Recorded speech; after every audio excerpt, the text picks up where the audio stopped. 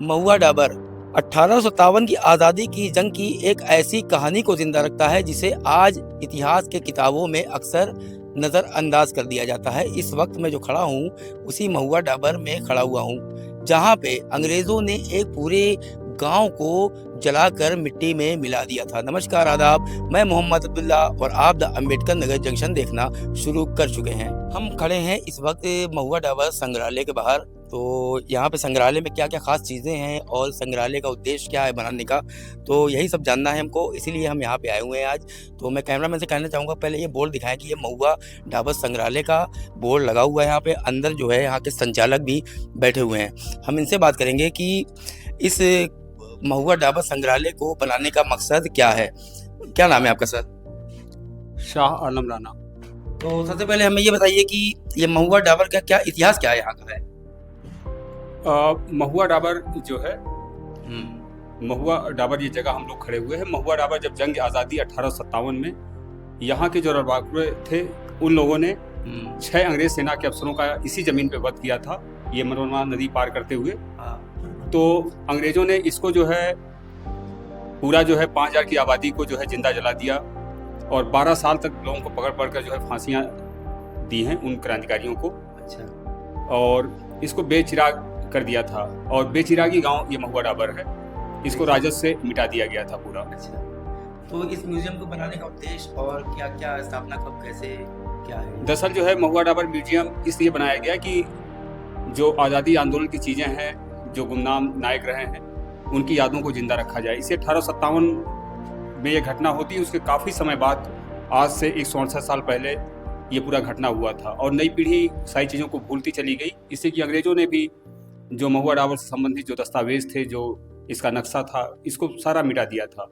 और यहाँ से दूर, जब 50 किलोमीटर दूर बाद में जाके एक महुआ डाबर गाँव बसा दिया गया था। तो उन सारी धरोहरों को सहेजने का, उनको नई पीढ़ी को बताने का, उसको संरक्षित करने का ये काम महुआ डाबर म्यूजियम काफ़ी अरसे से कर रहा है। ये हमारे प्रयासों से उत्तर प्रदेश सरकार की जो टूरिज्म पॉलिसी बनी है, यहाँ पूरा स्मारक बनेगा। स्मारक को लेके उनको 5 से 10 एकड़ जमीन चाहिए जो है। तो ये उत्तर प्रदेश सरकार का जो mega circuit state tourism policy 2022 के तहत की है। हाँ, ये 1857 से संबंधित चीज है।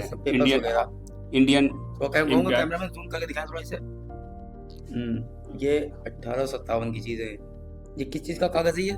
ये अंग्रेजों का जो पूरा जो एम्पायर रहा है उससे संबंधित ये पूरा दस्तावेज है। हाँ। और ये लंदन से छपा हुआ है।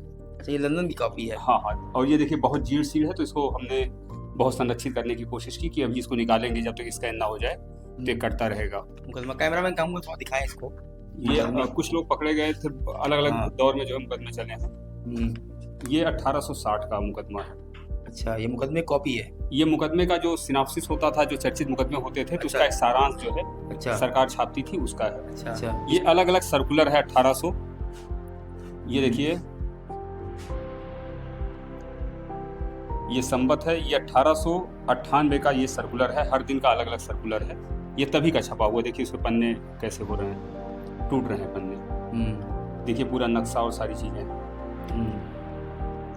पहला फोटो स्टूडियो जो है, हाँ, उसने जो तस्वीरें खींची हैं वो। अच्छा, ये पहली तस्वीर है देश की पहली तस्वीर है। देश का जो पहला स्टूडियो खुला है भारत में। अच्छा, कहाँ पे?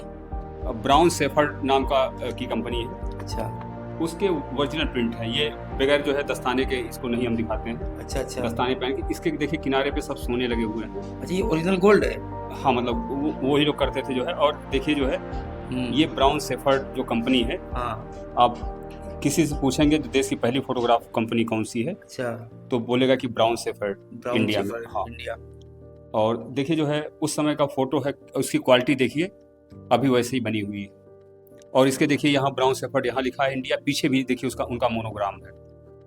इस तरीके से हमारे पास 8 प्रिंट हैं अलग अलग अंग्रेज अधिकारियों के। ये अंग्रेज अधिकारी है सारे? हाँ, मतलब भारत इतना महंगा था फोटोग्राफी करना कि लोग कर ही नहीं पाते थे। जो सिक्के रहे, ये मतलब सिक्के, मतलब गिन्नियाँ, अशरफियाँ, ऐसा कुछ? हाँ। अच्छा, ये सिक्के हैं? ये अलग अलग दौर के सिक्के, बहुत मोटे मोटे सिक्के। इसको हमने जो है, ये सोने के पत्थर है, क्या है ये? अलग अलग धातुओं के हैं जो है। अच्छा, सोने के। ये ब्रिटिश पीरियड का जो है चांदी का रुपए चांदी का सिक्का है ये ब्रिटिश पीरियड का। ये देखने से दिखाऊंगा मैं कि ये 1 रुपीज इंडिया 1904 का ये सिक्का है, चांदी का है, ओरिजिनल चांदी का है। वो जो चल ये सोने की शर्फी, ये किस काल की है? ये 400-500 साल पुराना। ये मैं दिखाऊंगा दर्शकों को, 400-500 साल पुरानी सोने की अशरफी है। आपने कितनी मोटी है देखिए। पहले मतलब कुछ फिल्में आती हैं मतलब पुराने जमाने की, उसमें अशरफियाँ नाम सुना होगा, तो ये वही अशरफी है, ये सोने की अशरफी है। किससे कहानियों में राजा किससे कहानी राजा महाराजा अशरफी निकाल के देते थे, खुश होकर। अरेबियन नाइट्स की कहानियों में देखा होगा आपने। तो ये वही सोने की अशरफी है, इसमें अरेबिक में लिखा भी हुआ है इसमें। जी जी, तो ये लगभग 400-500 साल पुरानी है। थोड़ा मैं और अच्छे से दिखाएं इसको आप, कि लोग देख सके कि अशरफी कैसी होती थी, जिन्होंने नहीं देखा है अभी तक। हम लोग इसको 10 सन 1840 की किताब है। ये देखिए 1848 लिखा हुआ है। अच्छा 18 लंदन की छपी हुई बुक है। जी जी, ये पूरा डिटेल। ये बहुत ही पुरानी किताब है आपके पास। हाँ पुरानी चीज़ें हैं इसमें, और बाकी ये सब फाइलें लगी हुई हैं। यहाँ से महुआ डाबर से भी चीज़ें कुछ मिली हैं। महुआ डाबर से क्या मिला? ये क्या है? ये रस है, इसको जो है इससे इलाज होता था। पत्थर है, पत्थर घिस के जो अच्छा, देखा होगा, इसको रत्ती सोना कहते हैं, अपने यहाँ भी बहुत होती है। ये क्या है? ये तो पेड़ में हाँ हाँ, पेड़ में होता है। हाँ। इसका हर दाने का जो है वजन सेम होता है। अच्छा। सोना इसी से तौला जाता है, तभी इसको बोलते हैं रत्ती। इसका नाम रत्ती है। जो कहते हैं, रत्ती भर अकल नहीं है आपको। हाँ हाँ, ये जो वही बहुत सारे रत्ती। मुहावरे हैं। हाँ, ये ये कौड़ी महुआ है, ये मैं दिखाऊंगा। ये महुआ देखिए, डाबर सी। ये कौड़ी है, ये ओरिजिनल कौड़ी है, जिसको कहते हैं फूटी कौड़ी भी नहीं मिलेगी। तो ये पहले चलती थी। हाँ, ये महुआ डाबर आबादी रही है यहाँ, बहुत 5000 की आबादी थी और बहुत ही संपन्न जगह था। हाँ, तो इस तरह की चीजें हैं। ये थोड़ा दिखाएंगे आगे, ये क्या है? ये ब्रिटिश पीरियड अलग अलग दौर के पार्ट हैं। अच्छा, ये तौल की इकाई है, उस पे अलग अलग स्पेलिंग। अच्छा, ये भी जो क्या कहते हैं, वजन करने का है। हाँ, ये भी वजन करने का, उस पे जो है सब स्पेलिंग भी अलग अलग। ये तो काफी भारी है। हाँ, वो करीब 18 किलो का है। 18 किलो का। ये ब्रिटिश काल का है। ब्रिटिश काल का अलग अलग होंगे। ये बाट देख लें आप, ये ब्रिटिश काल के बाट है। आजकल ऐसे बाट कहाँ, तो इलेक्ट्रॉनिक तराजू का दौर आ गया है। जी जी, ये सब काफी चीजें आपने अच्छी रख रखी है यहाँ पे। बहुत सारी चीजें हैं, लेकिन उसको घर रखा गया। ये तो ऑफिस है, तो ऑफिस में कुछ चीजें ही। अच्छा, रिसर्चर संग्रहालय आप ही चला रहे हैं? आप हाँ, यहाँ पे संग्रहालय चला रहे हैं, काफी आउटर एरिया, तो सुरक्षा की दृष्टि से कैसे? जो दुर्लभ चीजें हैं उसको हम अलग रखते हैं।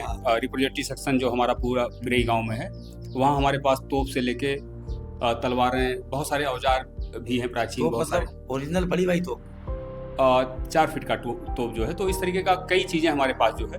1857 में महुआ डाबर के एक पूरे गांव को मिट्टी में मिला दिया गया था। इसके प्रमाण क्या है आपके पास?